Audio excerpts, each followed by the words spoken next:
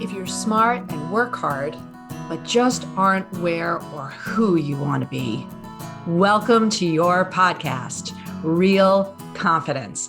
I'm your host, Alyssa DeVere, and I'll be sharing a bit of brain science, some surprising social secrets, and a touch of tough love. Why? Because I believe confidence is everyone's fundamental right and choice. So let's get to it.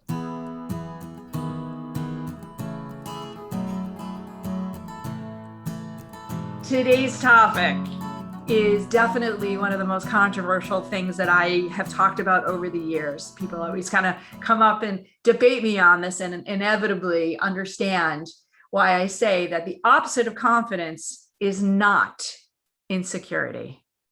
Now, the English language is really tricky, and we're going to talk a lot about semantics in this podcast. And any word lovers out there, stay tuned. You're going to love it, because in the dictionary, the definition of confidence in any dictionary is something like this. It says when you have certainty about the truth of something. Certainty about the truth of something. So today in New England, as I'm recording this podcast, it's a beautiful sunny day. There's not a cloud in the sky. This morning when I woke up early, turned on the news, weather report was that it was going to be very beautiful, no chance of rain. And the true tell is that my hair is not frizzy today. So I'm going to say confidently, it is not going to rain today here. Simple example, with the data that I have, I can make a decision that the truth is it's not going to rain. Now, here's where there's a little bit of nuance. Because in every one of these decisions, whether we're talking about the rain, or I'm talking about the likelihood of the bear stock market continuing, or that COVID's going to be a memory by year 2022, and whatever you want to talk about, the truth of that situation always has a small deviation, a small possibility, a probability that it's not right, that it's not correct, that it's not true. But we live and accept that small possibility. Statistically speaking, kind of a standard deviation, if you will, of maybe the weathermen were wrong. Maybe my hair just happens to be not frizzy today, but I'm still confident enough that it's not going to rain. Now, that word enough is really important. It's not in the dictionary under the definition of confidence, but in absolute reality, that's what it is that you're confident enough, that you're certain enough about the truth. Okay, great for all the word wonks out there, definition and all. How does this apply to ourselves, right? We're talking about self-confidence. What's the truth? What are we seeking as far as certainty on that? And it boils down to having certainty, having clarity, as it's often called, about what we value, what we need, and what we want. Now, think about it this way. You see a pair of shoes in the store and you're like, oh, I really want those. So the question becomes the truth of, do you really want them or not? And if you say, I really, really want them, then you're confident you want them and you're going to most likely buy them. Again, very simple, maybe silly example. But because I've checked in with my values, needs, and wants, I know I have that rule book to rely on to tell me what's true or not. So in other words, think of them as maybe boundaries, or those bumpers you put in the bowling alley with kids, where you say, as long as the ball's rolling in the middle, my values, needs, and wants are going to keep me from veering outside of the lane. That if I check in with myself and I say, I value this, I need it, and or I want it, then that is the truth that I can be confident about. All right. So again, academically, definitionally, it's very interesting, I'm sure, but how does this apply in real life? How does it boil down to something that's practical? Well, let's take something that's a little bit more substantive than buying shoes. Maybe it's giving a presentation. More people in the world report they'd rather die than actually give a presentation. I'm not making that up. Trust me. Now, there's lots of reasons why people have fear of presenting. But if you think about being asked to present and having that manic panic moment of, I can't do this, I'm not good at it, I suck at this. And you say to yourself, wait a minute, time out. I value doing presentations, or I value this as a career move. I really want to do it. And I really need to do this for a whole bunch of reasons. You check in with yourself on that. You can actually really be certain that you're confident you need to do this and you will figure out how to do it. If any one of those truths is not true, I don't really want to do it, or really don't need to do it, then you become not confident in your decision and or your ability to do it well. So those bumpers are your rule books. They're your guidebooks, the value, needs, and wants checklist that says, yes, this is true. I want to do this. I can do this. I'm able to, and I'm going to. Again, very academic, and I apologize for those of you out there. We're going to get really real right now. Because if you accept that definition, if you say, yes, that makes total sense, then the opposite of confidence is not insecure. Again, insecurity can be embraced. It can be something that you say, I just suck at that. I'm not good at it. I don't want to do it. I don't like to do it. Don't ask me to do a spreadsheet. Don't ask me to do a cartwheel. There's a bunch of other things that I don't want, don't need, don't value. And subsequently, I'm cool with those because it makes room in my life, in my head, in my financial, my financial ability and my time and all kinds of other assets for to focus on the things that I'm really good at, that I really enjoy, that I value, need, and want. So the lack of confidence in certain things that I can or should do don't factor into they don't deteriorate my confidence. I allow them to be, quote, insecurities. I'm insecure or uncertain that I really want to value, do those things. But when I make the decision that, you know what, I really don't want to, I'm not interested in those things, guess what? I'm now confident. So my friends, before I tell you what the opposite of confidence is, I want you to think for a minute that if you are checking in with your values, needs, and wants, and you're making those conscious decisions about the truth for yourself, I want those shoes, I'm going to buy them. I need to present to do this for my job, so I'm going to figure it out. I value that friend, so I'm going to spend more time with he or she. You make those conscious decisions based on your values, needs, and wants, you're going to act more confidently. It's that simple. So now think about what the opposite of that would be. The opposite would be not respecting those values, needs, and wants, transgressing those values, needs, and wants, and doing what you do not believe is true for you. So not spending time with that friend, maybe not buying those shoes that you really, really wanted, not doing the presentation that you know you need to do for yourself. And the opposite of confidence in that light is guilt. When you feel guilty, it is a way of your brain saying, hey, you didn't respect your values, needs, and wants. You transgressed. You did not follow your own rule book. And you did something. You behaved in some way. You acted, reacted, interacted in a way that disrespected your values, needs, and wants. Think about that for a second. Whoa, kind of heady stuff, right? English language, it says, a little tricky because we often label things and then don't recognize the truth about what they really are. Guilt, whether you self-impose it or you get it from a mom or anybody else, guilt is only felt when you don't value your own values, needs, and wants. Nobody can guilt you into something if you don't let them.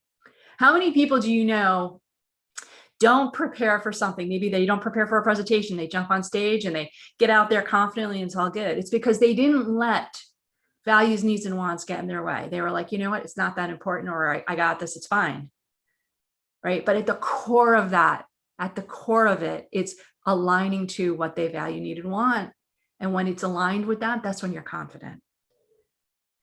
All right, so we are going to take a quick sponsor break. And when we come back, I want to dig into how do we deal with this? What do we do to overcome that guilt, overcome the not confident stuff, and find a way to really do what we need to do to value our values, needs, and wants. Boy, it is time for a break. I'll see you in a few.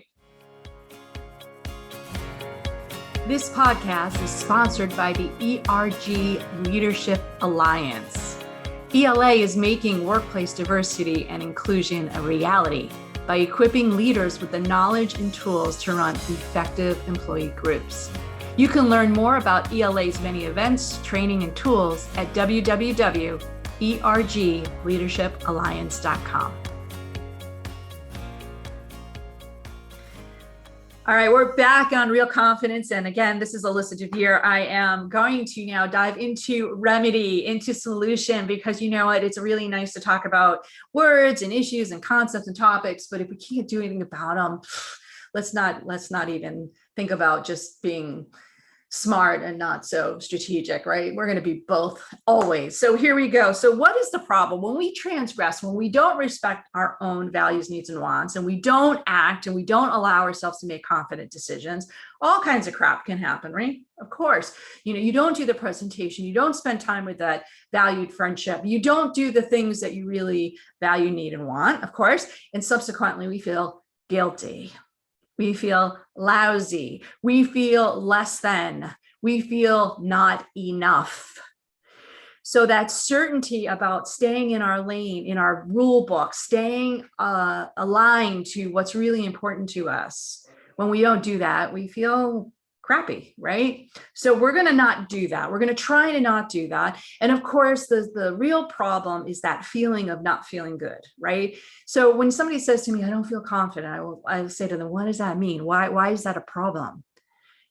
Being not confident isn't the problem. What's the problem? And the problem has to boil down to something that you really want or need or value. Again, you're probably sick of me saying that already, but one of those things is not being served. So figure it out. What is it that's not being served, and serve it? Again, if you can narrow it down to a particular situation, the examples I gave before is maybe it's giving a presentation or spending time with a person that really means something to you. Maybe it's buying something that you've really wanted for a long time, and being really honest with yourself that that's something you really want or need or value, and you're going to do something about it. That you're going to live true to that rule. Now, don't question whether you really need it or want it. That's not what I'm asking you to do. Because quite honestly, if you really want it, good. You really want that pair of shoes? Good. Just be really honest with yourself. Why? Why? Why do you value? Why do you need? Why do you want that thing? Is it because everybody else has one and you just want to fit in? Again, maybe that's enough justification for you.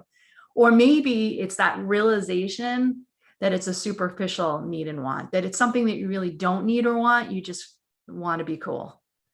All right. And again, for each person, it's going to vary what's really important to you.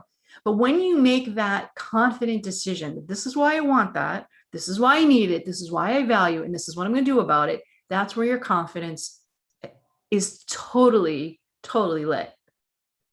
That's that decision. It's that conscientious, yes, this fits into my truth. So we're going to be able to do that. Now, what happens, let me ask you to think about this. What happens when you're confronted with an issue, something that all of a sudden makes your confidence take a nosedive? Maybe there was a text or an email that somebody read into and misread something you said, and all of a sudden there's all kinds of heat around it. And you're feeling lousy, or you applied for a job or school and got rejected, and you're just feeling crappy. You're feeling lousy. Again, that's the problem. It's not that you feel not confident. It's that you feel yucky, that you want to get out of that trough of bleh. So how are we going to get out of that? Well, there's all kinds of tips and tools in our books at American Confidence Institute. There's all kinds of ways that we can really analyze and decipher what's going on. But I'm going to give you a real shortcut right now.